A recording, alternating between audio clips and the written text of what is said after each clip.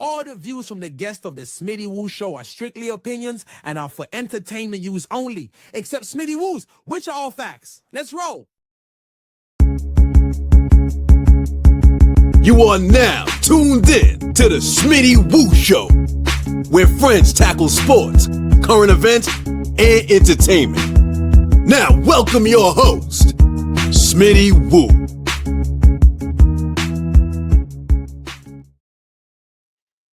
What's up? What's up? Y'all smell that? It's the grass. It means NFL season is here. NFL season upon us. As you can tell by the gear, I'm ready. I'm hyped. I'm going to get more back to the Commanders later on in the show. Got some things to get off my chest, but that's for later. I just want to let y'all know this show is going to be sponsored by Smithsationals Cruises and Resorts. So if you need a vacation, you need to book some cruises, you need to book some resorts, the website's in the bio there. Check out the website and we'll get you connected. So as you can tell, I'm excited. We're going to be talking about football today. We had the Hall of Fame game last night, I believe. No, Thursday night, we had the Hall of Fame game. And we are no longer going to be without football until end of February. So every weekend, we got football going up. So it's an exciting time. Back in May, we did a way too early football preview, which we went through standings and so forth.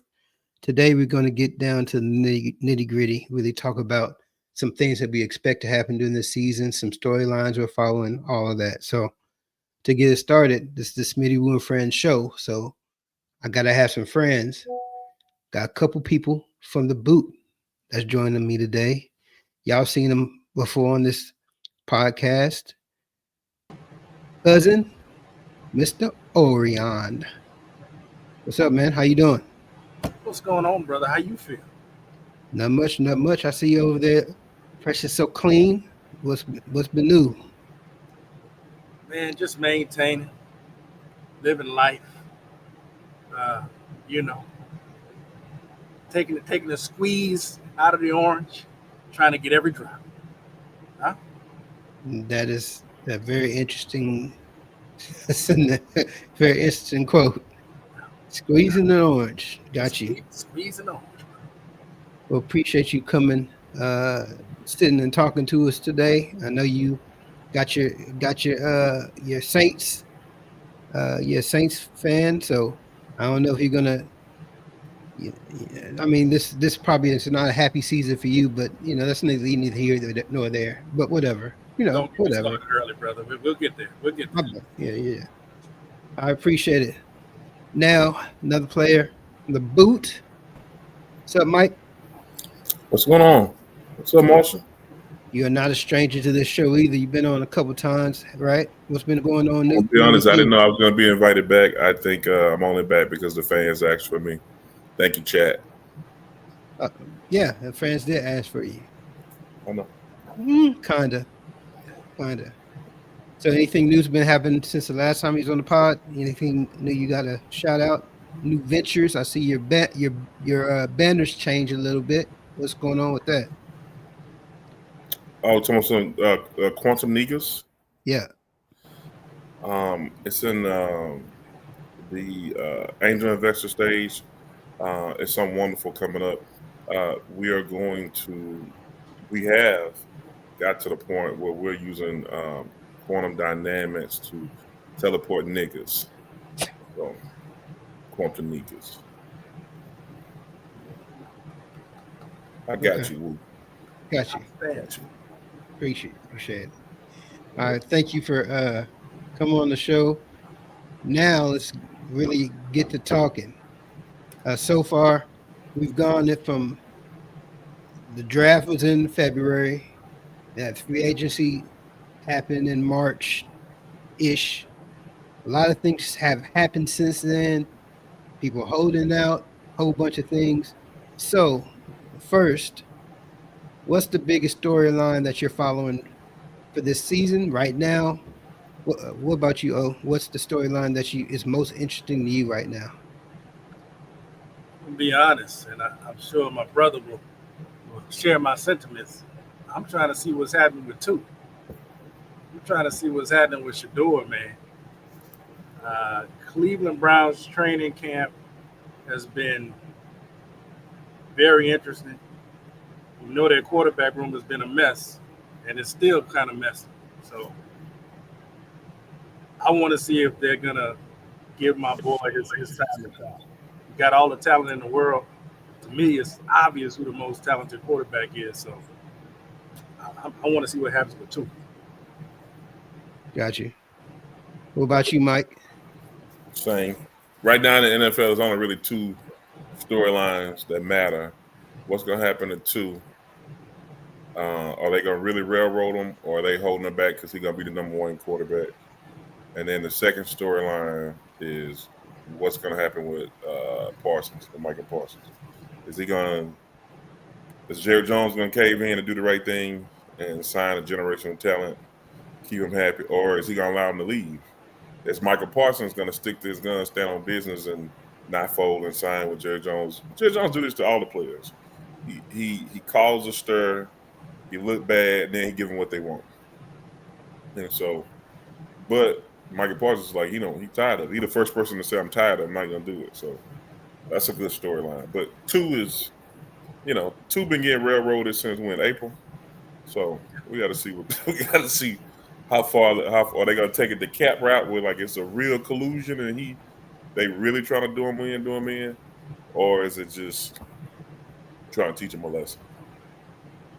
Yeah. So with the Michael Parsons thing that you brought up, what do you think is going to happen? You think the Cowboys are going to sign him, or you think he's going to stick to his guns? What's your initial thoughts? Who do you get back for Michael Parsons? No one. What are you going to give? You have to trade him for a TJ Watt. That ain't gonna happen. TJ Watt just signed a contract. You got to trade him for something that's equal, and you're not gonna. It's hard to find someone equal to him. It's like when your boy got traded to was it from the Bears to the Chargers? Can't think of his name. What's the linebacker? Khalil Mack. Yeah, Khalil Mack. Like, yeah. I feel like Parsons better than Mack. Maybe that's me because I'm a Cowboy fan, but who won that trade? Did the Bears win that trade, really? I don't know. But I wouldn't trade Michael Parsons. I'll sit down with his agent and stop playing games and give him that money. Because you need, he anchors your defense. And you finally got a decent team. You went and got Pickens. You got somebody that's on the other end, Pickens and CD, Dak back from whatever that is. And then if Dak ain't good, you got a really good backup in the young boy from Indianapolis, mentor, whatever his name is. He tough. He can throw the ball. Is he from New England? New England. You talk about Milton? Milton tough. And so you got a good team. We got a good running back that we picked up that's hungry, that's want to prove something because we got the guy, ain't he from Philly? We got that running back from Philly. We drafted some good players. Why mess this up? Yeah. So. Yeah. So, my storyline, I think it's pretty much everybody's is the Browns situation as well, because they're not going to take 4 QBs in, right? And at this point, the Browns are put themselves in a bad situation. Number one, are you going to keep somebody that's over 40, who's probably the best quarterback on your roster that we know of? We don't know how good Shador will be in the NFL. We do. What do you mean we don't know? You don't know because you don't like him. No, we don't know because he hasn't played yet. We know. I didn't know how good. Just like you assume Caleb Williams would have been good in the NFL, right? Because that's what the consensus was. But he had a terrible year. Who said he had a terrible year? Did you watch his last 7 games? He didn't have a bad year. I don't think he had a bad year, but I didn't assume he was going to come out on fire either. No. So I've been saying for 2 years should do it better than Caleb. the point I'm trying to make is we've seen Joe Flacco in the NFL, but we haven't seen Shedeur Sanders in the NFL. That's just facts. So we it's all unknown. Rookies are all unknown until they throw a pass. I mean, we've seen a number of quarterbacks, especially quarterbacks that we thought were going to be good, that end up not being good. Maybe Shedeur is not that way, but we just don't know because we haven't seen him throw an NFL pass yet. So you have a 4-year-old quarterback that you shouldn't keep because he's 40. Then you have, oh boy, that's hurt now, that Kenny Pickett that is not really, I don't think he's an NFL quarterback, starting quarterback, but they signed him or traded to get him, right? So there, if they cut him, then what? They're going to look stupid. Then you got Dylan, who's not a better quarterback than Shedeur, but they drafted ahead of them. So that at that point, if they cut him, then they'll be admitting that they'll be looking dumb as well. Like, why did you pick this guy over a 5th-round pick? Then you have Shedeur, who deserves a chance because of the quarterbacks on the roster. He definitely has the potential to be the best, even though we haven't seen it yet. You know, we've seen he has a skill. He's the best quarterback that was drafted. What do you mean? Okay, I'm gonna read some stats to you. Let me read some stats. Are you saying he was better than Cam Ward? Yeah. Okay. So if that's the case, why do you feel that he was not taken above Cam Ward? Because his father. Okay. His father said something that was a dog whistle to white men. I'm going to control where my 2 sons, meaning Travis and Shedeur, go. If Shedeur didn't play last year, he would have been a 1st-round pick. Yeah, remember, they had him projected the 21st pick of the draft that Caleb Williams came out. Okay. Which would have been the 2nd or 3rd. He would have been like the 3rd quarterback taken last year. So how did he get 6 other quarterbacks taken in front of him this year? And he had a better year. He was 4th in Heisman voting. So let me ask you. Stacks at Colorado. Did you watch any of those Colorado games? Yeah, but who was Colorado playing? They were Power 5. What do you mean? But who were they playing? Who were they Power playing? 5 teams. They were playing teams that had players that are in the NFL now. They were playing Power 5 teams. Don't give us the SEC thing, because who was Dylan Gabriel playing? Pac-12. Well, no, I'm not saying SEC, but what I'm saying is he was the Big 12. That's Power 5. It's still Power 5. He was playing good teams. Okay, give me a you gotta remember, team. They played ASU. Team. They played ASU and beat ASU, and ASU was in the Final Four of the ASU went to the playoffs. Okay. So they played teams. They played 2 teams that went to the playoffs. Okay. So you played 2 teams that went to the playoffs, right? Yeah. What did the rest of their schedule look like? For who? For them? For them. They had one of the hardest schedules. They played a good schedule. So we're not going to act like Shedeur was playing juggernauts while he was with Colorado. We're not going to do that. He had great stats against a lot of players, a lot of teams, and with players. It's not going to be not NFL players. They're just not true. Okay. Name me another good team that he played. They played BYU. They played. Okay, I said good. I said good teams. BYU was a good team. Did you not watch BYU? BYU finished like 10-3. That's a good team. They played 10. They finished 10-3 because they were playing people in their own conference. Everybody plays people in their own conference.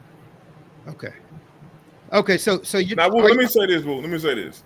Yeah. You can be objective you can have an opinion, and then there's just like you can follow what media says. Did you actually watch Colorado and the teams that they played? Yeah, How many Colorado games you watched last year? like three or four. You ain't watched Colorado. Well, here's the deal. I mean, I didn't watch every Colorado game because, to me, Colorado they had a couple exciting players, but other than that, they weren't playing good. They weren't highlight games. They weren't games that featured. You know what I'm saying?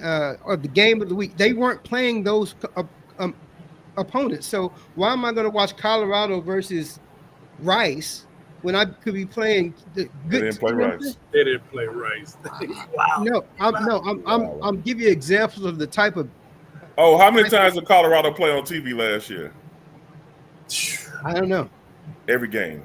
Every game. It's Deion. And then every game was prime time. Yeah. So that's what I'm saying. You just saying that because you just don't like the hype of it. But you don't. If you watched it, it's different. Well, it's different. Well, Let me here's the give you thing. some of two stats from last year. In 13 games, 353 completions on 477 attempts, 74%. 4,134 yards, 37 touchdowns, 10 interceptions, 168.2 passer rating, 8.7 yards a throw, 318 yards a game. Then he rushed for 356 yards. So a total offense of what? Then you got to talk about touchdowns, responsible for 41. That's passing and rushing touchdowns. Big 12 Offensive Player of the Year, Johnny Unitas Golden Award winner, named first team All Big 12. For his career, just at Colorado, 7,237 yards, 64 touchdowns, Colorado record. Combined touchdowns, 72 touchdowns. That's just in Colorado. That's at Big 5. So what do those stats mean? That means that he's prolific. That means that he, without a real offensive line, carried a team that had nothing, that was dead in the water, to his first year of 4 wins. They really should have won 8. And then the next year they won 9-4. And then he did all of it with, like I say, a poor offensive line. They had great receivers. And then this is the other thing, this is how you know that he's a real dude. All 4 of his starting receivers are in the NFL right now. Ain't no SEC team got all 4 of these receivers in the NFL right now. Okay, so let me ask you a question. How many quarterbacks from the college put up nasty stats and still fail when they get in the NFL? What does that mean? That's a broad statement. Because what you're reading me is stats. I'm reading you stats from the top quarterback.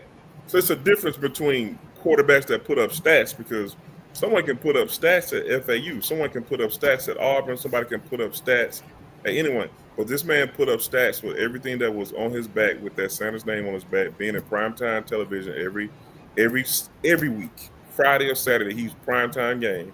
He know they finna come for him. They know they don't have a run game. They know they don't have offensive line, and he still delivering. He know what time it is. Okay. And so that's why he 4th in Heisman. That's why he Johnny Unitas on. That ain't no stat. That ain't nothing that people just get. Normally they get that to the Heisman Trophy winner, whoever that quarterback gets both of them awards. Or whoever the number 1 quarterback that's getting drafted get them awards that he got. He got all the awards that go to the best quarterback in college football. Why would he get those awards and then get 6 other quarterbacks to get picked before him? You know who else won those awards? Who? Marcus Mariota. Was he coaching in the NFL? He was prolific in college, right? Where did he get drafted, though? He got drafted in the 1st round. Exactly. You proved my point. He got a chance. No, my point in the whole thing was, I initially said he deserved the chance. But I said was, we don't know what he will be in the NFL. That was my whole point. But you're saying we have to know because he was good in college. No, what I'm saying is, let me ask you, Out of all of the quarterbacks in Cleveland's quarterback room, do you think we know what Kenny Pickett is going to be? Yes. We know what Flacco is going to be, Big Flacco, right? Yes. Okay. So if you want to say out of the rookies, Dylan Gabriel versus Shador, out of those two unknowns, we'll call them unknowns, who had the more successful career in college? Shador. So I would say based on the projections, um, based on his ability to understand the offenses, and just based on his performance in training camp so far, even though he hadn't gotten a lot of opportunities with the ones, everybody is saying, hey, with the eye test, what we're seeing is Shador is the one. So that's what I'm saying. That's my perspective. Right. And it's I think it's an abnormal amount of attention on him. He's dealing well with that. He's shown he can handle that type of pressure. And I just think, like Mike said, normally a dude this highly touted would have been drafted in the first round, and you wouldn't have to worry about how many reps he's going to get with the ones. It would be automatic. So, yeah. And then I think you forget about that. Marcus Mariota wasn't like a good thing to help your story because his first year he did really good. He for a rookie, I don't think he remember. I think he had like 3,000 yards, 20 touchdowns, 9 interceptions, or something like that. He was in his first 3 games he was killing. Then he got hurt, but he had a good first 2 years, and he got sacked like ridiculous. You got to look his stats up. He had a good first 2 years, so that's not a good. That helps my point. To show that someone who's the top quarterback is supposed to get drafted in the top, and they're supposed to get the chance to show and prove. They're supposed to get the keys. And, Cam Ward is getting that chance. He's getting a chance to be who he is and run his team. Shador getting railroaded. He gets drafted in the 5th round. He gets drafted behind the oldest quarterback in the doggone draft outside of the other guy, Slow, and Dylan Gabriel, who done played. Dylan Gabriel played for 3 college teams. He played 6-7 years in college, and he's still, in the place that he had, and he like 5'9". So it's just 5'7", 5'7", 5'9". It's a weird bias, and he left-handed. So it's just a weird thing. Yeah, and I agree. I said he deserves a shot, but the reason why the storyline is interesting is because the Browns, if they don't give him a shot, you know what I'm saying, for them it's a catch-22. If they give him a shot and he turns out being what we think he will be, then they're like, well, why would you waste a 3rd round pick on Gabriel? If they don't give him a shot, they'll be like, Gabriel's not good. Why do you give him a shot? So that's why the storyline is interesting. And, let's be honest. I don't have anything against Shador at all. I don't got anything against. You don't have a problem with the fact that Prime is dating Carucci, huh? I mean, that's neither here nor there. That's here. That's neither here nor there. But it's somewhere, brother. But we also can't pretend like some of the things that occurred, Shador didn't bring on himself. Some of them. So let me ask you, and we don't know, we weren't in the rooms. If the reports that were said about how he was acting in meetings were true, do you still feel that he's being treated unfairly?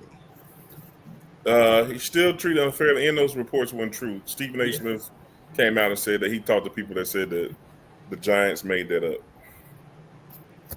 Okay. He literally said that 2 days ago on TV. Right. Okay.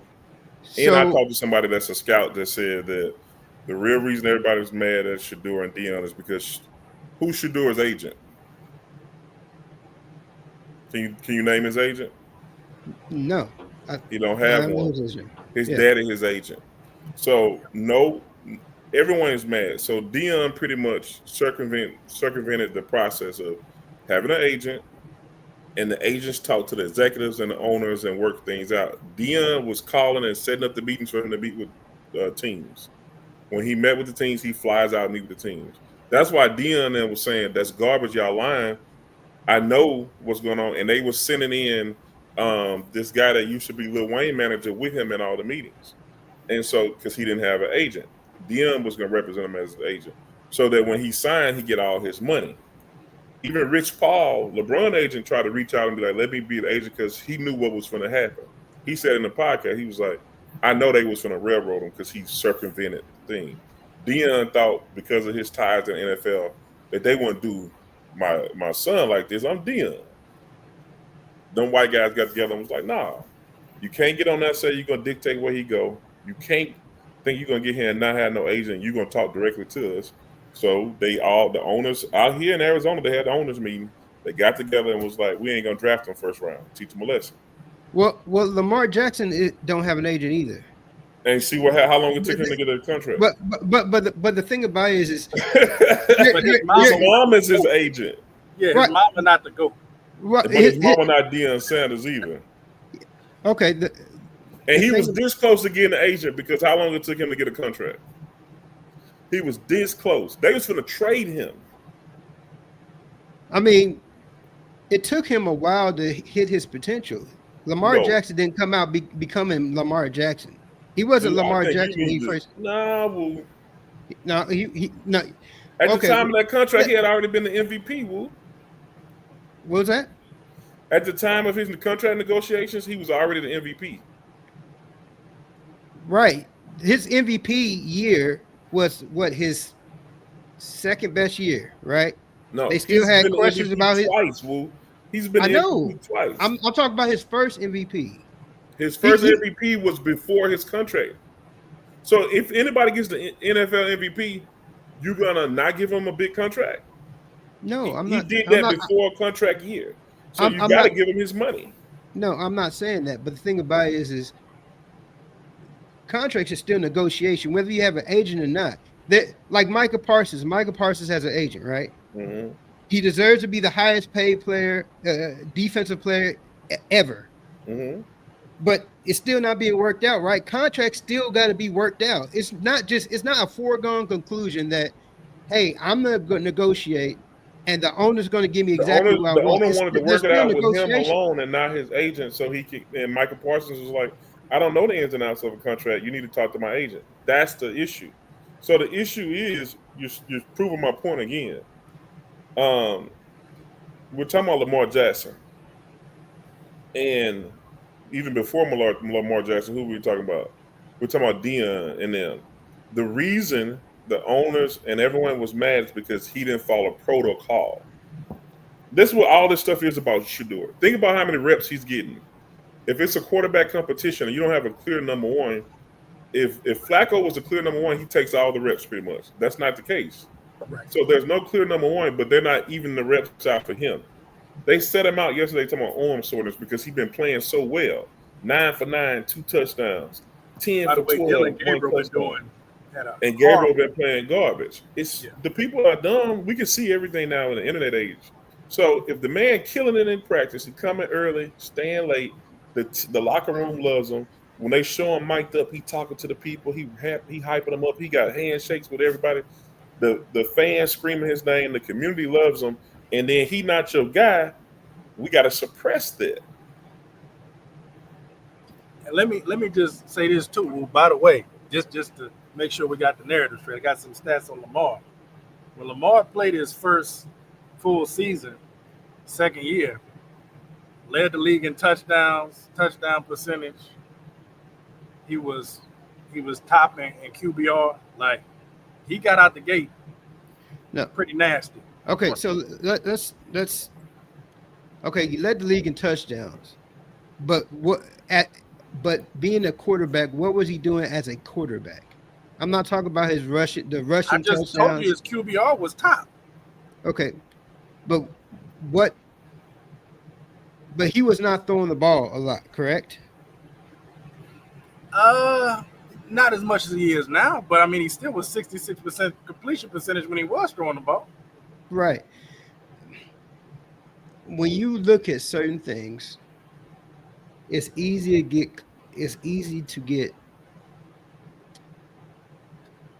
when I watch football, right? I You stats watch the matter. Redskins. Yeah. Oh, Stats matter, obviously. But I'm also watching what I see with my eyes, right? right. Uh, if you're for the longest time, I felt about Dak Prescott that he was not a great quarterback because he's putting up numbers, but a lot of times he's putting up numbers in garbage time against inferior opponents. And Yes, also, the only person you named Dakota is a little white girl. pretty much, yeah. I Fanny. get it. I So get it. so his record That's not fair. But and his record proved it. He's for the longest time had a losing Can I record say something against real quick? winning That don't teams. make sense what you just said. He's only putting up numbers in garbage time. He's not putting up numbers. He put up great numbers in the regular season. He don't do anything in the playoffs. Garbage time seems like they put him in the game at the end and then he started doing something. He No, do I'm he no. What okay. I mean is they're already losing by a lot. So all that they're going to be doing is passing. That's what I mean by garbage time. Like, remember, Dak's record against winning teams is not great. This, you know what I'm saying? He is not a, hey, I'm going to go out there and I'm going to beat the good teams. That's not the type of quarterback he is. He's the one to go out there and sweep the Giants, sweep the Commanders, uh, these other teams that aren't good. When he goes up against better competition, a lot of times because of their defense, they're losing quite a bit. So Dak's going in and throwing and throwing and throwing to get it back. That's what I mean by garbage time. They're not stats like, okay, we're leading and we're leading because you know what I'm saying the defense is not in prevent or in whatever because they know I'm just going to be throwing the ball or in zone, keeping everything in front. You know what I'm saying? Those stats are different than you're starting the game first I quarter think to I the just third asked quarter. ChatGPT. You wrong about that. I'm a big Cowboys fan. I'm not a Dak Prescott fan, but Dak Prescott does good against winning teams. He just doesn't do good in the playoffs. That's Dak Prescott issue. Versus What's his winning record teams, against winning teams? Dak Prescott is 76-46 versus winning teams. He's what? I'm sorry. 76-46 versus winning teams. Okay. Last year was his first year that he didn't have a winning record versus winning teams, but he got hurt. He was 3-5 versus winning teams last year. That was the first year he ever did anything like that. He doesn't have your mistake. Like you got to remember, Dak Prescott went 13-3 like 3 times. The issue with Dak Prescott is when he gets to the playoffs, he'll lose to Aaron Rodgers. Then he'll lose to the new guy from Love. He'll lose to the 49ers. Dak Prescott don't have a problem with regular season. He got a problem with playoffs. Ooh, I'm gonna ask you a question. Go ahead. I'm listening. Do you only watch Redskin games? Do you only watch Colorado games No, I or watch LSU games? LSU. I watch USC. I watch Louisiana Tech. I watch sports, and I believe in facts. And so I try to be balanced and have a bias, not be like biased towards my teams. So let me ask you. So let me ask you a question. If Shador Sanders was not Deion's son, would you be riding this hard for him? Because I know you're a Deion fan. Would you be yelling that things are unfair if his last name wasn't Sanders? Yeah. If he was getting done wrong just like this, yeah. This is historically, everybody keeps saying unprecedented. This is unprecedented. Yeah. We've never seen somebody projected to go in the top of round 1, drop to 5. Yeah. No. Anybody that got put in that situation that, okay, and let's say he had some off the field smut on his name, which he did not.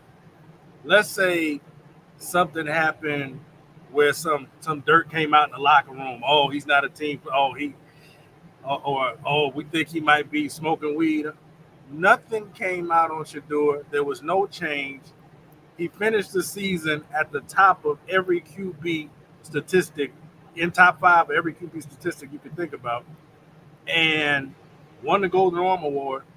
And all of a sudden, as we're talking right before the draft, now the whispers come out, I don't think he's round 1. Maybe falls to 2, 3. You never seen that before. So nobody had him going below top of the first round until the day before the draft. All of a sudden, all this stupid stuff come out. It was a collusion. It was set up. I would be rooting for anybody that was in that situation. Yeah. I just went hard for Dak Prescott for you, and I told you I don't like him.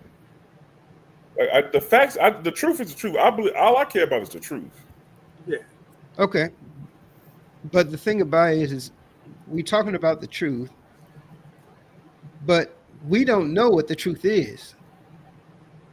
It's what you think is happening, right? We don't know what the truth is. What do you mean? We know what we see. We know how he performs. We know he should have been drafted higher because he's better than Dylan Gabriel, no doubt. He's better than Kenny Pickett. He has more tools than Flacco. Awareness, we'll see. But we know that. But as far as the scenario, this is all the thing. This must be what's happening because this is what happened. That's not classified as the truth. That's what we think based on what we see. You know what I'm saying? So what I'm saying is hopefully he gets a chance. I think he deserves a chance. I think he should have gone higher than every quarterback that went in front of him, except for maybe Cam Ward. I think Cam Ward, just to me, played better against better competition. Let me give you one more closing, a couple more closing stats or facts on Shador in the 2024 season. 3rd most sacks in the FBS. Sacked the 3rd most times in the FBS. Under pressure, 4th highest success rate under pressure. 126 quarterback rating on all attempts, 20 plus yards and above. 2nd most accurate between 5 to 25 yards downfield. So the numbers with a bad line under pressure, and he's still topping out on all the statistics for quarterbacks. I just think that speaks for itself. Now Cam Ward's line, and Cam Ward, by the way, I like Cam Ward. I think he's a great quarterback. I think he's going to do well. But they are not the same in terms of what they had to deal with and the load they had to carry offensively. Okay, so you're okay. One more statement, and I'll some move past. And then we'll yield the mic. Because so Micah, you came and said all 4 or 3 of Shador's wide receivers playing NFL. Mm-hmm. So they're talented, right? Okay. So is Shador doing this by itself? Because I'll be honest. I got something for that. I'll be honest. This is what I meant. This is what I meant by that. And if you look at any of the clips from his wide receivers, take Travis Hunter out of this. Out of high school, Travis Hunter was going to go to the NFL, but he wasn't going to be a Heisman Trophy winner without Deion and Shador. But he was going to go to the NFL. But LaJohntay Wester was at FAU. He had an amazing season the year before he came. No one knew who he was. Jimmy Horn was at UCF riding away. No one knew who he was. When he got on Colorado, everybody thought he was Jimmy Horn that played for the Saints' son, and he's not. Your boy that came from the SEC, our big 6'4" wide receiver, my dog that just got signed by the Bears. He tough. He played 4 years at Vanderbilt in the SEC, killed the SEC. Nobody knew who he was. He wasn't going to get drafted. Came back. Shador called him. Shador called LeJounte. Shador and Jimmy was there the year before. He got them guys, and now they all in the league. That ain't by chance or coincidence. That's because they finally got a good, wonderful quarterback that sacrifice. If you think about it, he really sacrificed some things to get them in a point where they said he's selfish, they said he this, they said he did, but he made sure every guy had top stats, and that's him doing that. And this man that had a different offensive coordinator every year in college. Oh, Okay. So you're missing the wide view of the type of quarterback he is. You can't be someone that came from, think about it. At Jackson, they was like, oh, he doing that because it's HBCU. Okay, we're gonna go to Power 5. That first year, oh, they ain't doing it. They beat TCU, they beat all them teams. Then the offensive coordinator that they had, we're not gonna skip past that. Oh, they beat TCU. TCU was the number five ranked team when they beat them in their first game. TCU was trash. It don't matter. At that time, they wasn't. Okay. At that time, they wasn't. They was ranked. So you can't move the goalposts. I'm not moving the goalposts. You did. At that time, they was ranked, and they had just went to the championship the year before, and they didn't lose too much. Okay. So at the time, let me finish. At the time, they was supposed to be whatever. Okay. They beat them the first game. They're coming out, and when the offensive coordinator that they had felt like he wasn't getting the praise that Deion was, he started cutting up, and that's when they started losing. Okay. If it wasn't for that, they probably have a historic run that year. Okay. So what was TCU's record that year? Probably 7-5. Who knows? But at that time, they was ranked number 5. It don't matter.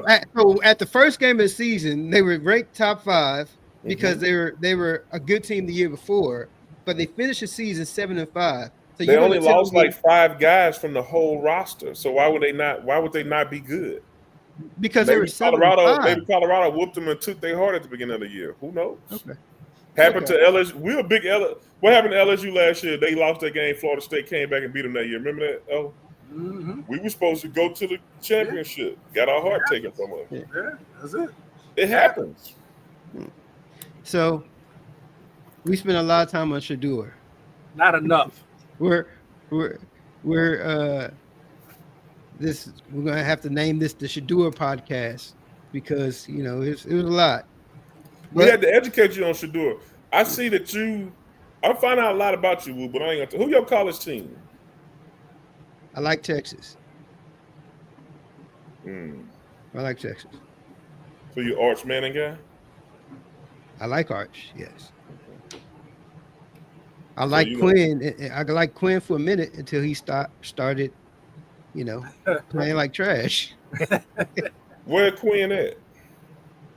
Dolphins. You think Quinn better than Shador? No. Okay. Moving on. So first we're getting to the AFC. We talked about the storylines at nauseum. I think that word is used in the right spot here. Who you think is going to be the most surprising team coming out the AFC? Whether it's surprising because nobody's talking about them, you think they're going to do well, or surprising because you think they're too hyped and they're going to fall off. Let's go with you, Mike. AFC's most surprising team? I don't think it's going to be no surprises in the AFC. I think it's the same. It's the same 4. It's Buffalo, it's Ravens, it's Chiefs, and then Chargers probably. Yeah. And that's kind of what we've been expecting the last 2-3 years. That the Chargers can make the next steps and kind of try to overtake the Chiefs. But am I missing a team in the AFC? Did I miss somebody? No, well, so in this scenario, it's not. When I say surprising, it don't mean they're going to surprise you and make it to AFC Championship or nothing. But people are looking at them like maybe they stink, but they actually are going to And do that's what I'm better than telling you. you. I said You exactly don't what I think meant so? to say. There's no Okay. team that's going to do better than What they what people predicted to think they're do? not. No, who? Yeah. Yeah. There's no one that's going to be just because the Raiders didn't get better. They got Geno, but they didn't fix the glaring holes that they have. They have a decent defense, but they did draft the running back from Boise, and I like him. And they got Geno, but Geno's Geno. I'm not gonna say Geno a bad quarterback. Geno is um who is Geno? In NBA terms, Geno is like Paul George or something to me. Like he below Paul George. Like how people expect a lot from a person and they really never do nothing. What has Paul George did? Like what has Geno did? Like they can ball, but that's about it. So I don't think the Raiders are gonna like just in 1 year jump the Chargers. We know the Titans ain't finna do nothing. They got the young boy, and I think the young boy gonna be good, Cam Ward, but they got a lot to fix. They got a lot to fix. They need a line. They need some linemen on both sides. They need their trenches worked on. So they ain't finna do nothing. Um, who else in the AFC? Well, Oh, yeah, yeah. If you don't think it'd be a surprise team, that's all good. Uh, I have one, but I'll wait till you go. Oh, what do you think? um, I kind of agree with Mike that the top dogs are gonna remain the top dogs. Ravens, Bills, Bengals. Like I'm kind of interested to see what the Texans do this year. If CJ has a bounce back year, but I think the one that interests me the most is seeing what Justin Fields does with the Jets. You got some new structure there, new coach. Aaron Rodgers is out of the building with that cloud he had in there. They still got Sauce. They still got Garrett Wilson. Um, I think what's the running back? Brees Hall. Um, they got some weapons, and Justin Fields finally might have a fair shot. I think he's talented. I don't know what he'll do, but that's a possible surprise. I think the Jets. Got you. So the team that jumped out to me, and I'm not saying they're gonna, make the playoffs. They may not make the playoffs, but I don't think there's a lot of high hopes for Jacksonville. And I think with the new head coach Duval, I think what he did for Baker Mayfield and bringing a lot of things out of Baker Mayfield, I think he's going to help Trevor Lawrence. Obviously, with um, Hunter playing both sides, it'll be interesting to see how that goes. You already got Brian Thomas, who showed that he's an NFL quarterback that got skills. Their defense, they got a couple people on defense in the draft. I think that people aren't expecting a lot from him, but I can possibly see him, especially in a weak division, winning maybe 8 or 9 games. But I don't think a lot of people are expecting that. So that's my surprise team.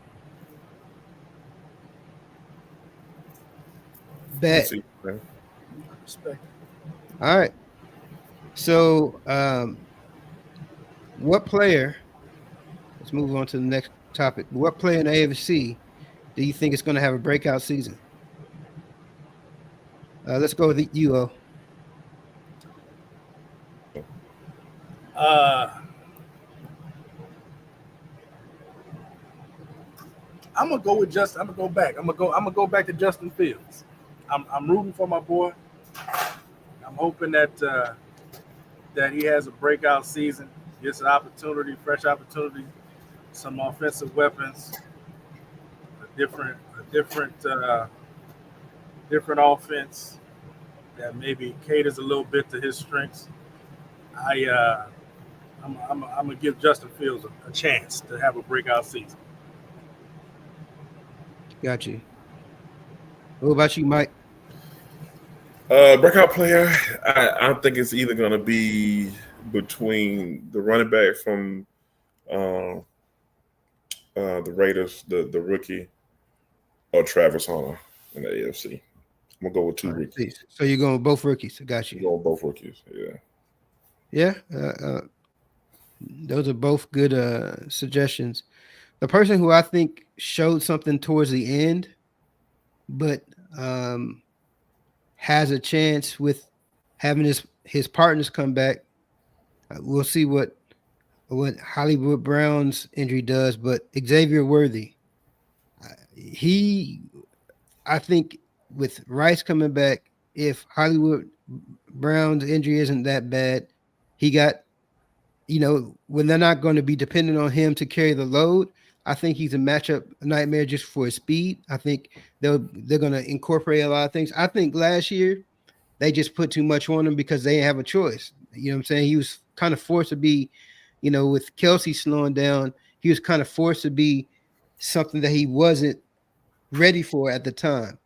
So I think having the weapons back, and staying healthy, he had, I think, 69 catches, about 700 yards, 800 yards, something like that. I could definitely see him getting over 1,000 receiving yards and making more impact plays. I see him kind of playing a role of how Hill was, before he left. Not as good as Hill, I don't think, but I think he's capable of showing flashes like that. So that's who I'm rolling with. He is fast for sure. Yeah, He got the turbo. got the turbo. All right, so when you have a breakout player, you also have to have a drop off. So who do you think in the AFC? What player? Or you can do a team that's going to have the biggest drop off this year. Chiefs. Chiefs. Okay. And a big drop off to them is not winning the Super Bowl. So you're doing a cheat code. Like if they don't win the Super Bowl, they I don't think they're gonna make it to the AFC Championship. That'll be a drop off. Like, I think the championship is gonna be like Ravens and I think it's finally like they get into the end. Not end, but they're gonna have to retool. Kind of how New England did, where they kind of lost for 2 years. Like what's happening, Brady got hurt, and they was thinking about moving in with Castle, and then they had Jimmy G and all that stuff, and then all of a sudden Tom Brady wins 2 more. But it's getting to that point. Like last year was crazy. They was barely winning every game, but they did it. And so this year I don't see that happening. Like, got you. What about you, El?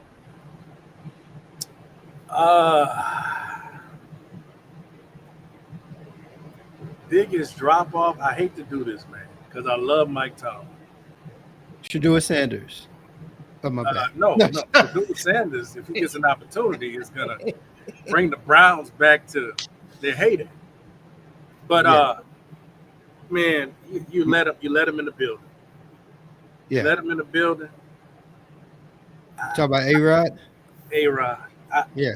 Oh, I forgot about him. Yeah. I hope it's not true because I love Mike Tomlin, but this could be the year that the Steelers fall below their. The Steelers are gonna make the playoffs. And they might exit quick, but they'll be in there. I don't know. I don't know if they make 10, 11. I don't know if they make 10 wins. So I'm expecting a drop off from Pittsburgh. sad time for Steelers fans, especially my wife. My wife's a Steelers fan, so yeah, she's not gonna like to hear that. She may not be friends with you after this. Oh, just I hope I'm FYI. wrong. I hope I'm wrong. To me, I think it's already started, but it's going to be a lot more evident. Mark Andrews. I think with his injury problems that he's been having, coupled with the emergence of Lively, I think that it's going to be a scenario in which they're going to lean more on Lively than Andrews. I think Lively's going to have better stats than Andrews this year. Whether it's injuries, whether it's just looking at him, whatever the case may be, I think, because obviously Lamar Jackson loves his tight ends. So I think Lively is going to turn into his guy. Let me ask you this, Woo. Did you hear that what happened? Likely got hurt, didn't he, recently? I don't know how bad it is. Yeah, I don't think it was bad. They said it was, lightheaded or nausea. I don't remember. If it's the one I was thinking about, they said it wasn't anything major from what they said. Let me ask you this. Do you think that Mark Andrews ever recovers from the drop? Will ever recover from the drop? Yeah, mentally. Saying. I don't know, man. I mean, you have to think about it. Football's a mental game. When you start not performing like you think, like you're supposed to perform, or like you used to performing, it could turn into what the baseball players call it, the yips, the yips. You know what I'm saying? Mm-hmm. I think Kelsey, suffered from that quite a bit. I think he was just struggling, and he just never recovered. Will he recover this time? I don't know. I think, Kelsey has more priorities, right now. So I don't think he's going to be the Kelsey that we remember. Mark Andrews, I think he's been injured every year at some point. You know what I'm saying? And when you have so many injuries, and then you have a player that a skilled player in your same position that people are liking. Yeah, it's going to be interesting to see how I do. I like Mark Andrews, so I'm not going to draft him on my fantasy team, but yeah, I like him. But I just think this is going to be the year which, it started last year, but this year I think it's going to start nosediving. So to get us out of the AFC, who is going to win the AFC championship? Mike. Ravens. Got you. What about you, O? Yeah, I think I kind of teeter back and forth between the Bengals and Bills and the but I think Lamar's gonna get it done this year. My answer is going to be based on a popular wrestler, Ric Flair. To be the man, you got to beat the man. And until you beat the man, still him. So they gotta take out Mahomes. They gotta take him out, and they gotta prove they can do it. So until they do, ride with the Chiefs. Respect it. All right, let's move on to the NFC. You got anything to add, Mike? You look like you're about to say something. Yeah. Okay, cool. NFC. Which team? Same question. Most surprising team, either good or bad. Anything?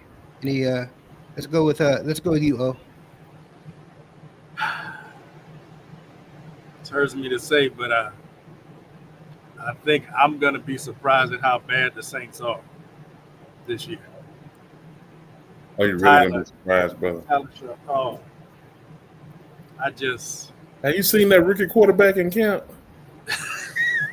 He's been pretty bad. And me not harping on Shador. It's bad. Why Shador couldn't get drafted in that spot? That man got drafted bad. with the 6th pick, 7th pick. It's so bad. So They bad. drafted that man in the top 10. And he's like 87 years old, ain't he? Something like 20, what, 9, 28? He's about hitting his 30s. Has Played managed 7 to break seasons, and that's not a bone in loss. his upper body. He has broken or fractured. Anything that involves throwing motion, he has injured. It makes no sense. But he a nice white man. It's a very nice white man. He's a nice white man. Looks And like he that has a helped nice him. golf game. You realize we have a lot of black quarterbacks in the league now, right? Like good ones. This has nothing to do with that. This just, I'm telling you, the only reason they drafted him is because he's a nice white man. He's a very nice white man. We don't say that. He's They a nice couldn't explain. No one. Go back and watch that draft when they everybody was confused when they drafted him. They was like, all they kept saying was how nice he was, including him. He was like, guaranteed money. He was thinking no guaranteed money. He was jumping up and the dog was jumping up and The down like dog was shocked. The dog said, "You." The dog said he can't complete a pass to me. Everybody was confused. His wife was like, "We got 4 kids. I'm 42. She can retire." She had been telling him to quit. He's a nice white man, and he's tall. Very tall, very nice white man. But So he the Saints, you think the Saints are going to be terrible, and it's just going to be terrible? terrible, high garbage. And I'm gonna give you another one, and it's gonna be a surprising fall off. The Redskins are gonna fall off bad this year. Okay. And the only reason I say that, let me tell you something. I halfway became a Redskins fan because Daniels is LSU. That's my dog. He came out here. We went to the game. The way he commands the game is amazing. He controls a football game. He's figured that out already as a rookie. But they do what they do for black quarterbacks. They saw what he did. And one more thing. Y'all have a wonderful offensive line. With that offensive line, why not add a power back and a speed back like Detroit and then get one more receiver? Why not pay Scary Terry? Why not? He finally had a good year where he was catching balls. And then y'all decide not to reward him and pay him because he's 30 years old. So what? You would have got Debo Samuels. I think they're going to sign him. Dog, Because I think y'all gonna have a big drop off. Y'all ain't add nothing on defense, which was the whole problem. Y'all couldn't stop nobody. But the offense is amazing. we did add people on defense. They're just old. Who you added? I mean, Von Miller still had a great Who you added, bro? Von Okay.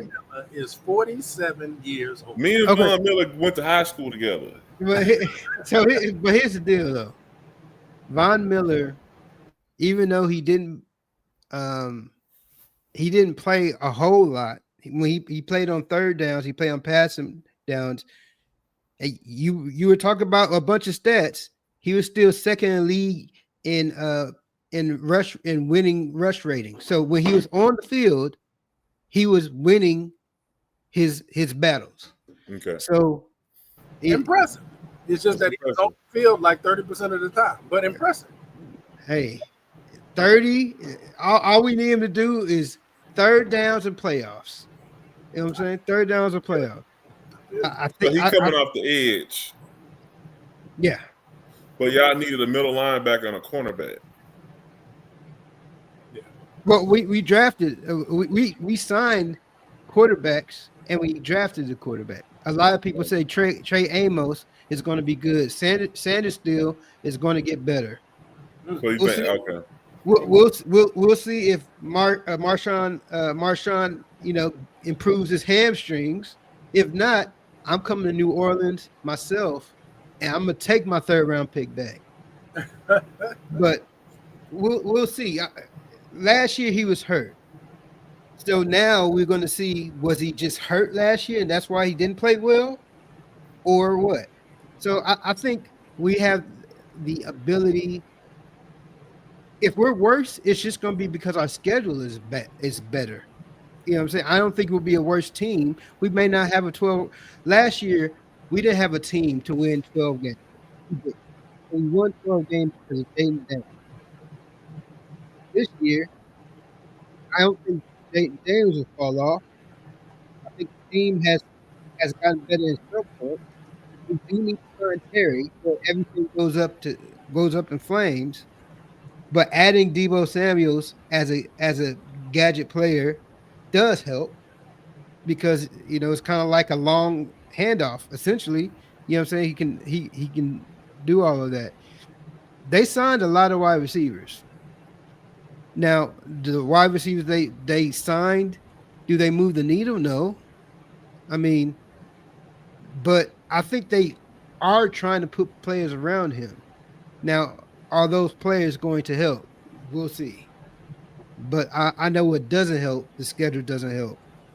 So I can definitely see them not winning 12 games without a doubt. But respect to your answer, though. I think the Falcons. Nobody talks about the Falcons. They don't talk about them at all. But Good reason. I think Penix would be better. I think what they did on defense with the rookies that they drafted was phenomenal. They're going to be much better on defense. So I definitely see the Falcons because think about it. The Falcons won what 8 games last year, 8 games last year. Yeah. So I can easily see them winning a few more games than what they're doing, but nobody's talking about it. They're talking about the 49ers for some reason, and the 49ers I think is going to stink. But the Falcons, 8 games. they won 8 games. So I can see him winning another game or two, but the thing about it is I see him looking better doing so. Like when they played the Commanders, they could have won that game. We end up winning because, we won a lot of close games last year, which, hopefully, we don't have to go through all of that like we did last year. But we'll see. But I think the Falcons are going to be a much improved team, even if the record isn't that much better. They will be an improved team overall. That's my story. I'm sticking to it. I like that. All right, breakout player, NFC, Mike. Pickens. So you calling George Pickens, who's already a great wide receiver, a breakout? What made him a great wide receiver? I think he had great stats, didn't he? He had pretty good stats, didn't he? He didn't have top 10 stats. He just had So, power. so now he's going to have top 10 stats. Next to CD Lamb, Yeah, he should have top 10, top 5 stats. got you. Like he gonna get into that star range. He wasn't would you call Pickens a star, a superstar? I think that I think he's a great immature receiver. So so he gonna have a breakout year then. So he ain't a star. This year he gonna be a star. Got you. Oh, I'm kind of interested. Interested to see what Chi-Town does, what Chicago does. Maybe what's his name? I always butcher his last name. Rome. a Doomsday. I do. Yeah. I kind of want to see how he develops with Caleb Williams. So I'm kind of I'm kind of interested in that. So I think he could be a breakout player. Okay. My selection is going to be Caleb Williams. I think Brian Johnson. It's Brian Johnson. It's Brian Johnson, right? Coach. Yeah. Coach Brian. Yeah, I think he's going to do some things to the offensive line. He's already, signed some offensive line players. I think he's do a lot of things to put Caleb in a position to win. I think Caleb has, and I think last year he had the ability to do better than what he did in most parts, but I just don't think he had the right coach, and I think that he was his own worst enemy. He was doing the little running around like he was doing at USC and then Oklahoma, and holding the ball like way too long. If he gets in this scenario in which he plays like Jared Goff played, you know what I'm saying, as far as, just hitting your marks. He's going to put the plays in your hands. Just make the play, make the read, make the play.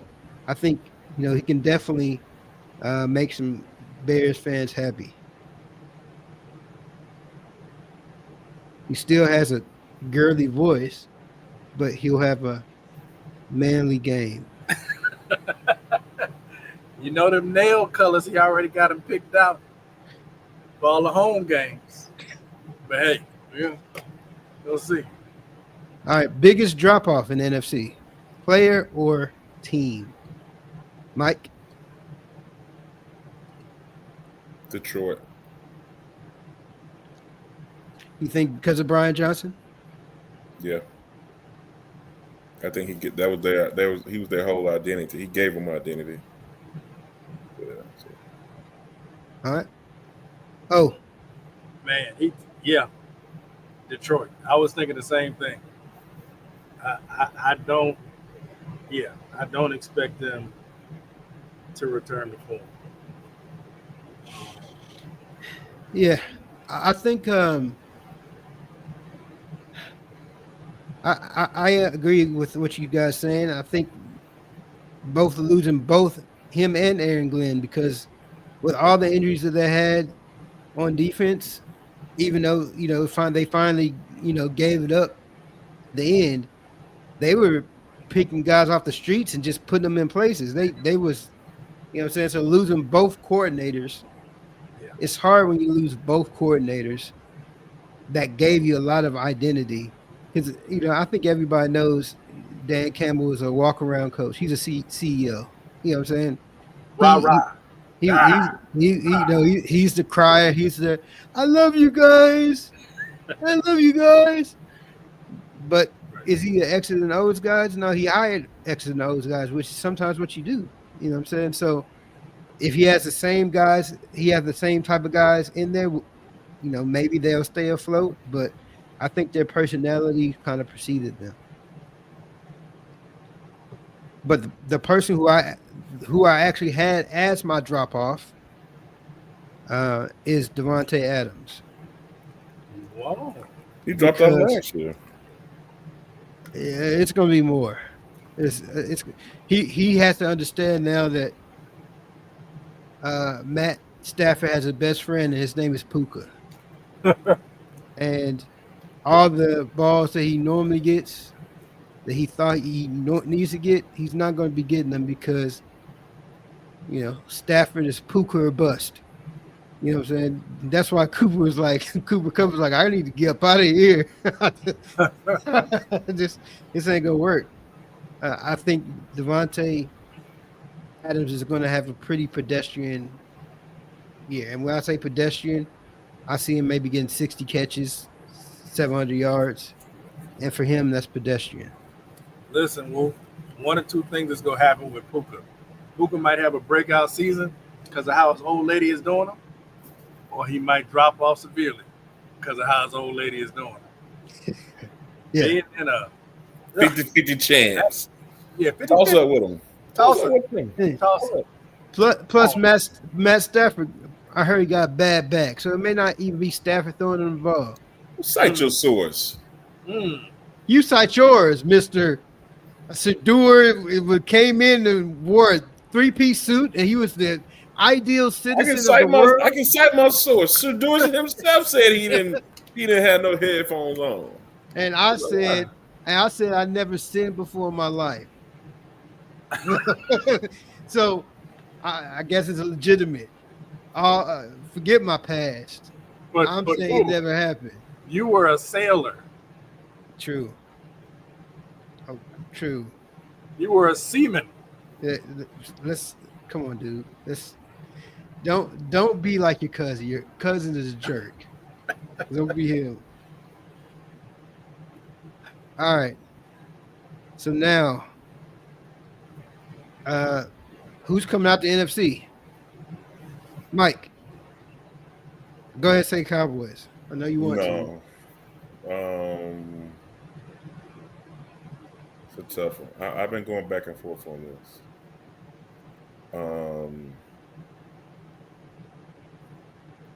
I honestly, I'm gonna go with either the Packers. Sound crazy. I think it's out of the Packers and Eagles again. Honestly, I don't think nobody gonna beat the Eagles. Okay. Oh, They got the same exact team. Man, that's the same. I was gonna say the Eagles, but yeah, the Packers. I would not be surprised if the Packers came out of the NFC, but I'll say the Eagles. I will concur.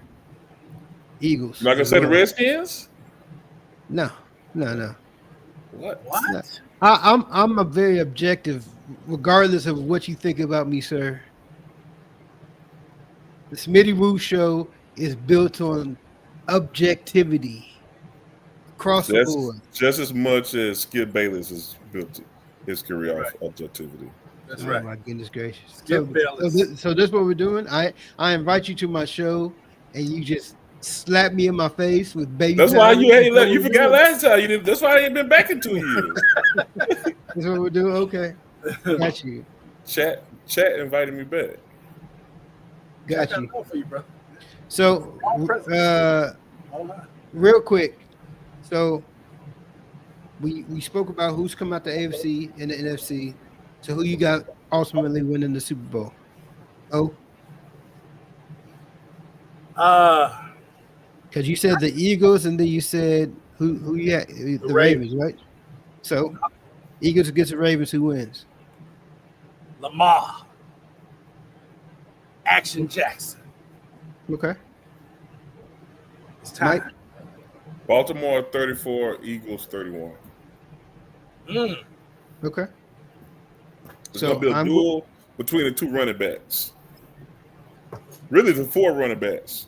You got a running quarterback, big running back, big playing type of running back. You got 2. Like, it's gonna be a crazy duel.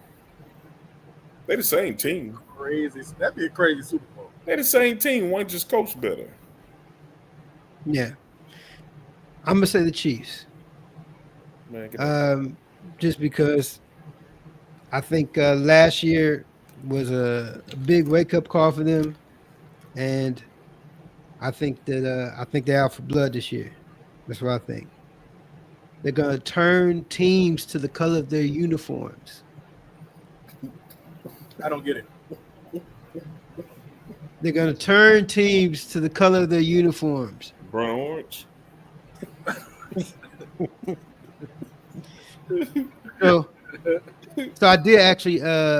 Let's go back, and we probably said their names already. The most impactful rookies this year, Mike. It's like I said, Genty and Travis in the AFC. And the NFC, I'm gonna go with the wide receiver from Green Bay, that what's his name? The boy they got from Texas. Golden. And then I'm gonna say a surprise wide out. It's gonna be surprise to people, but not to probably me and Jimmy Horn with the Panthers. I think he's gonna play. Yeah. He gonna play way more than people gonna understand, and people don't know how good he is. He already been killing it in camp. Everybody like shocked, like he killing it. Nobody can hold him. I think he's gonna be big in the return for them, and just big in the slot. He Wes Welker with wheels. Got you. Oh, yeah. Kind of predictable, but yeah, Travis Hunter. I just like what the coach is saying about how they gonna use him. I think he's gonna make noise. And Ashton Johnson with the Raiders, and they are high on Abdul Carter. So I kind of want to see him with the Giants. So, but those are the ones that stand out. So mine actually goes in line with y'all Super Bowl selections. Malachi Starks. I think the Ravens' Achilles heel last year was their defense. And Malachi Starks, I really wanted him wearing the burgundy and gold. And man, he's a playmaker. He's a playmaker. He's a hitter, and I think he's gonna definitely, you know, what I'm Y'all saying. passed on him twice, didn't it? Yeah, we passed on him twice. Don't remind me of that. I just said I wanted him to have that, and you I was, but that's what I was saying earlier about what y'all need tonight. I remember why I said that, because y'all passed on some good guys twice. Yes, so we improved our offensive line. We got the offensive lineman first, and then in the second round Y'all we didn't got. have a bad old line. I watched that old line twice. I saw the Redskins twice. I saw the Redskins here in Arizona, and then where was I at? Our offensive line played above their talent level, and don't forget, Cosme, which is our best offensive player, he's out until November. So we needed offensive line help. We had old boy playing left tackle who need to be playing right. We got Tunsil, so we improved our offensive line to try to protect Jaden. And then y'all do the line shift. That's what I liked about y'all in the game. For run plays, they bring like 3 new offensive linemen in. It was crazy. Yeah. So we'll see. So that's enough. We're done with our football preview. Now we're just going to have a couple more minutes, a couple more segments. The first one's a regular. Yeah, I said it, in which you say a statement that you want to stand on, either going to be controversial or many people won't agree with it, but you believe it wholeheartedly. What is your "yeah, I said it" moment, Mike?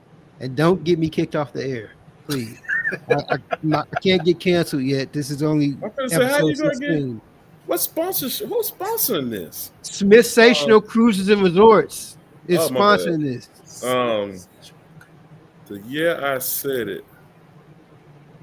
I believe Rob Pelinka hates LeBron. I believe he doesn't want LeBron to surpass Kobe in his mind and in other people's minds and hearts. And I believe he sabotaged LeBron for the last 7 years. Man, there's nothing no one can get me to say different. Okay. Yeah, I said it. Yeah, you said it. Oh, what's your "yeah, I said it" moment?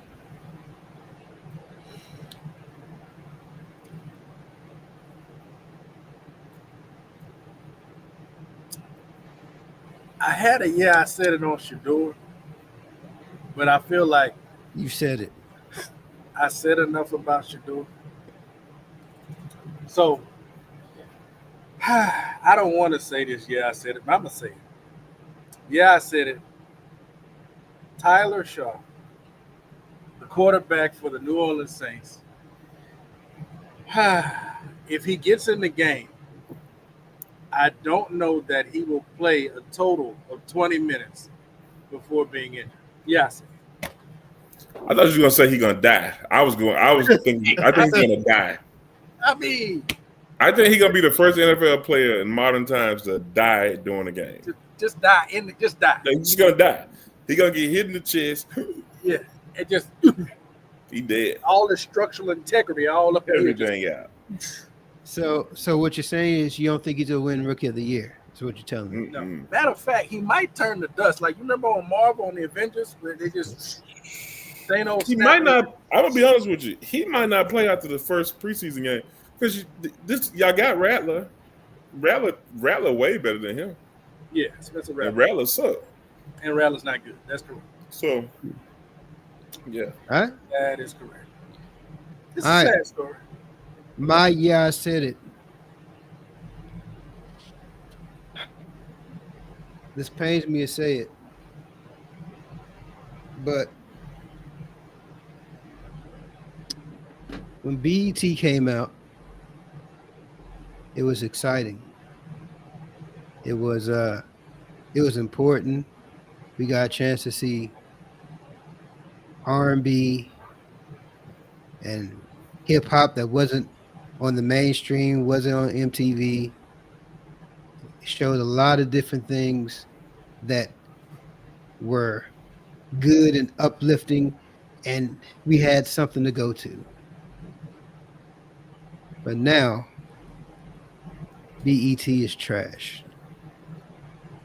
And I don't think I've watched BET in like years. The award shows are trash. The shows they have is trash and don't play music anymore. I don't know. It doesn't represent what it represented back then. And for that, BET is dead to me. Yeah, I said it. Well, let me just add on to that. Woo, I don't know when BET stopped being black owned, but it's been some years now. Yeah. Black entertainment television is controlled by white entertainment executives. Viacom. Yeah. Viacom, Paramount, somebody. It's not good. Woo. I thought this was a sports show. No, this is a yeah, I said it moment. Okay. Now, yeah, I said it could be anything you want. Oh, I didn't know that. Well, shoot, then I said it. Carucci is still So, fine. I would have went with that. Yeah, I didn't. See, Yeah, Deion the GOAT for that. that lets You confused me, bro. Yeah. that lets me know what you never like. You don't watch my shows, Mike, because yeah, I said it is on every episode I ever do. How many And it's episodes have always you a- had? This is been the going on 16th. since COVID. I didn't know. This is the 16th episode. So you've had 16. Matter of fact, you were on a couple of them. How many times I've been on this show? I didn't know I was being filmed. you was on a couple of them, and apparently you didn't pay attention to nothing that we did. I know I had the highest rated show. I know that. So that was my yeah. One of my fans is watching the show. They was like, "You look wonderful." I said, "Thank you." So before we get out of here, we do have a new on the segment. Twitter chat. See, I believe you. I believe you. Put it in the comments. So the last segment we're going to do is going to be a brand new segment. It's going to be FaceTime. That's what it's called. And yeah, I stole the name, I stole the concept, but it's okay.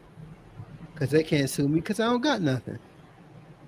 So in this situation, you're going to have 2 minutes to say and express and talk about whatever topic you want to talk about. 2 minutes. Orion, is it Darnell Butler?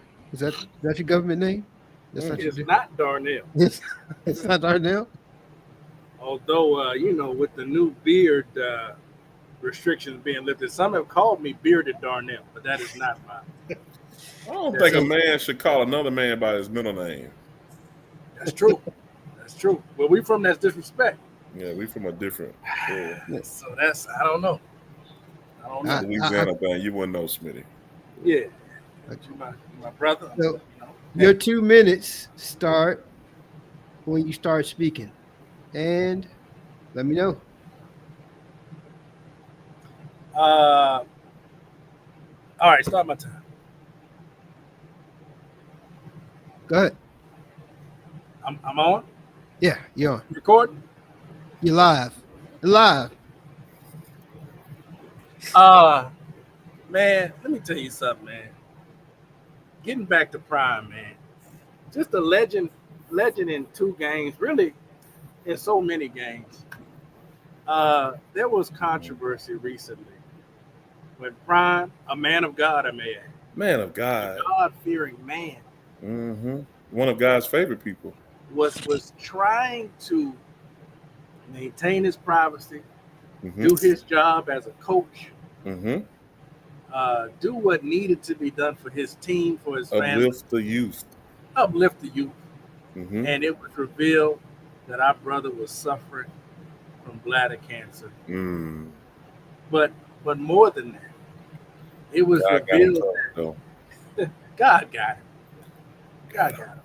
Revealed that he had in his corner, loyally supporting him, one of the baddest, I mean, baddest you ever seen. Mm-hmm. Karuchi. I don't have to say her last name. You know who I'm talking about. It could It's be a one Sanders name, ball, I care. first name, Karuchi. Huh? Mm-hmm. Mm-hmm. Teary eyed, sobbing, boo hooing at his bedside, talking about what her man was going through. And instead of everyone focusing on the struggle, the fight that Prime had on his hands, fighting for his life, the internet's made time to hate on this man for really just being an all-time legend, all-time GOAT, and for bagging one of the baddest women you're gonna see, especially in person. She even badder than she looks on TV, on video, on camera, and pictures in person. So they say. So I'm just saying, man, hats off to Prime. Prime, you the greatest. You've inspired us in so many ways, on the field and off the field. Mm-hmm. And I just want to give it up to an all-time great right now. Prime, you the go. Thank you, Thank Prime. you. Thank you, Prime. 57, So, Thank you. so he 38. pulled a 10, and he don't even have 10 toes. That's pretty impressive. That's Hello. coming Bars. in. Bars. GE. Wait a minute. He pulled a 10, standing on 8. Standing on it. Hello. Yeah. Hello. All right, Micah. You ready? Yeah. Ready and go. Ironically, I have a book coming out regarding FaceTime, but we'll talk about that later. Um, I'm going to use this time and I'm going to discuss, and it's kind of in the line of what my brother was talking about, men with confidence. And me and Orion, we're someone that have extreme confidence. And when a man has extreme confidence, sometimes they want to say that you're cocky. And confidence can be on the borderline of cockiness. But those who are insecure, and I'll just say those who can't and those who won't, Preach. they always want to decide how those who do it. Mm. And that's the issue that's going on in the media and social media and in the world now. And since this is a sports show, that's the issue that's going on with sports right now. Those who do and do it on a high level, a LeBron, a Dion, um, uh, a Shador, I can name others who are confident in who they are and what they do. They're getting scrutinized by those who can't. And so I want to use this time to look out and tell those who can't. Sometimes you just got to sit back and be quiet. Mm. And if you can't be quiet, then be someone who can aspire and can um, expound on what those who do. A la like a Bob Costas or a Marv Albert or a Marv Rashad. Mm. You Respect can't the be in that vein, then be quiet. greatness. Quanamigas. Got you.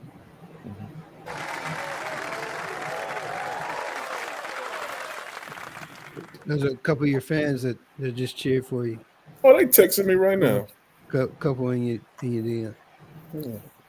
All right, Respect greatness, baby. Respect greatness. FaceTime for me. This has been a interesting week for me, being a Commander fan. Number one, we got good news. We're getting a new stadium and going back to DC. That really brings things back to the old school, to the Hogs, to the Posse, to the Doug Williams, to even the Joe Theismans, it's really take me back to that point, which is good. But we also had our most important player, not named Jaden Daniels, unhappy with how he's being treated. Now, the problem that I have as a Commander fan is I'm going to be a Commanders fan, but is this a one-off or is this a trend? Adam Peters came from the 49ers working under Lynch. They had a ton of contract issues, including Deebo Samuels, who's now here. Before old boy went back to the Cowboys, number 6. I forgot his name. The pass rusher, our leading sack getter, even though he only had 6 sacks. He also said before he left, before he got traded, or before he left, that he felt disrespected by the negotiations with them. So, is this a pattern? I guess we'll have to wait and see. So for now, I'm going to take the good with the bad. I'm going to root for us having a franchise quarterback, hope for his health, to continue to be good. Because, you know, when RG3 came out, I had hope then too. But then, you know, injuries derailed everything. Jaden Daniels is a different player. I think he's smarter. I think he has more tools. So I have more high hopes. But, also less racist. Correct. So